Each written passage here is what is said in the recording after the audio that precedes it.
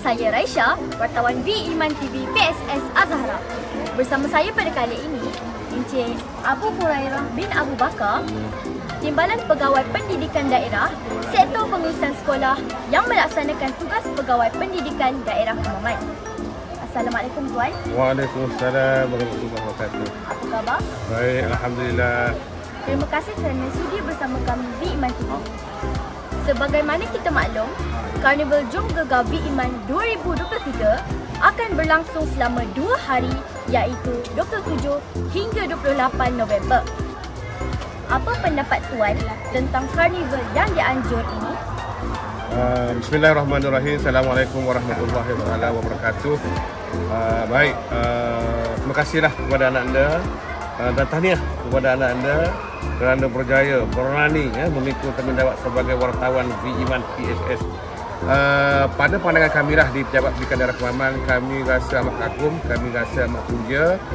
Memang kami sebenarnya menyokong sangat-sangat aktiviti Karnival Jom Gegar V Iman pada kali ini, kerana saya perhatikan aktiviti sebegini seharusnya dilaksanakan di semua sekolah di daerah Kemaman, kerana hasil daripada karnival ini banyak manfaat dan juga kelebihan yang diperoleh, terutamanya kepada anak-anak yang berada di V Iman ini.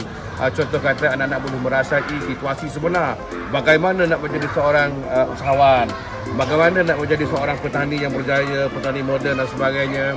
Kemudian saya dipahkan juga dalam karnival ini terdapat banyak aktiviti-aktiviti yang disertai oleh pelajar ataupun murid-murid V Iman melalui aktiviti seperti pertandingan hoki, pertandingan mewarna, kemudian aktiviti menanam, nak hijaukan bumi V Iman.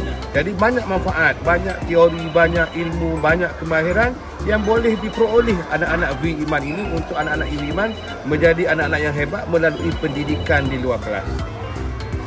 Sedikit ucapan daripada Tuan buat seluruh warga V Iman. Okey, ucapan kami di pihak PBD Kemaman, kami nak pertamanya nak ucapkan jutaan terima kasih atas komitmen daripada pengurusan sekolah yang dipimpin oleh Tuan GB, oleh Datuk kita Wali PPIBG, PMBKS, daripada agensi-agensi yang terlibat secara langsung pada hari ini, terutamanya KPDN KK. KPDN dalam usaha menyantuni semua warga dan komuniti di V Iman ini, untuk yang mana usaha ini hanya boleh dicapai dan juga impaknya hanya bercapai dengan adanya kerjasama yang baiklah, kerjasama dan keutuhan yang muafakat yang telah ditunjukkan ini. Jadi kami di pihak Pendidikan mengesyorkan agar teruskanlah, jadikanlah aktiviti ini, karnival ini sebagai aktiviti rutin tahunan yang perlu kita laksanakan kerana banyak manfaat.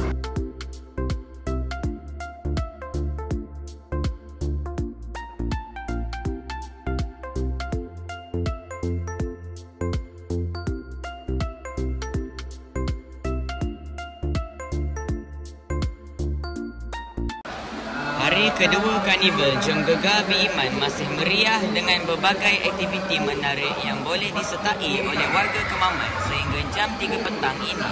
Pameran agensi kerajaan dan swasta, pameran BBL dan KMR, pemeriksaan kesihatan percuma, jualan buku, makanan dan minuman serta pertandingan mewarna masih berjalan.